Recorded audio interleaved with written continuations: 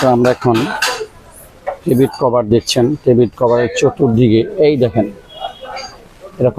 এরকম oil leak করে। তো আমরা এখন টেবিল কভারটা খুলে আপনার চেষ্টা করব যে আপনার জেনুইন আপনার সিল লাগিয়ে দিলে দেখেন টেবিল কভার লিক হওয়ার কারণে আপনার প্লাকের মধ্যে মোবিল চলে এসেছে, কয়েলের ভিতরে মোবিল চলে এসে। তো এটার একমাত্র কাজ হচ্ছে আপনার টেবিল কভার সিল চেঞ্জ করা। তো আমরা টেবিল কভার সিলটা চেঞ্জ করব। উঠাও,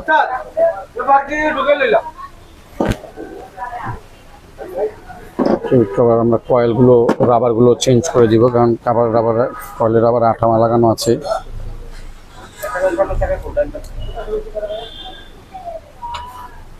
কারণ আপনার টেবিল কভার সিলটা এখন যদি চেঞ্জ না করি তাহলে আপনার প্লাকের মধ্যে মোবিল চলে যাচ্ছে, আর মোবিল চলে যাওয়ার কারণে আপনার সিলিন্ডার মিস করতে পারে, গাড়ি কাঁপাকাঁপি করতে পারে।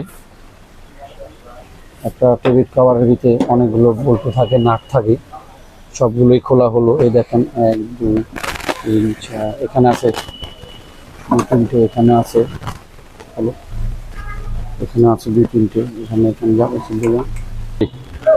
তো দেখতেই পাচ্ছেন টেবিল কভারটা এখন আমরা খুলে নিব। দেখেন ভিতরে কি গরম, দেখেন কি গরম ধোয়া উঠছে, মাত্র খোলা হলো টেবিল কভারটা। হ্যাঁ গলে গেছে, এই সিলটা টোটালি বসে গেছে। হ্যাঁ এই তো দেখেন আপনাদের সামনে সিলটা উঠানো হলো কি সুন্দর করে। তো এই সিলটা আমরা চেঞ্জ করে দেব। চেঞ্জ করলে আপনার ভিতরে যে প্রবলেমগুলো সব সলিউশন কমপ্লিট হয়ে যাবে।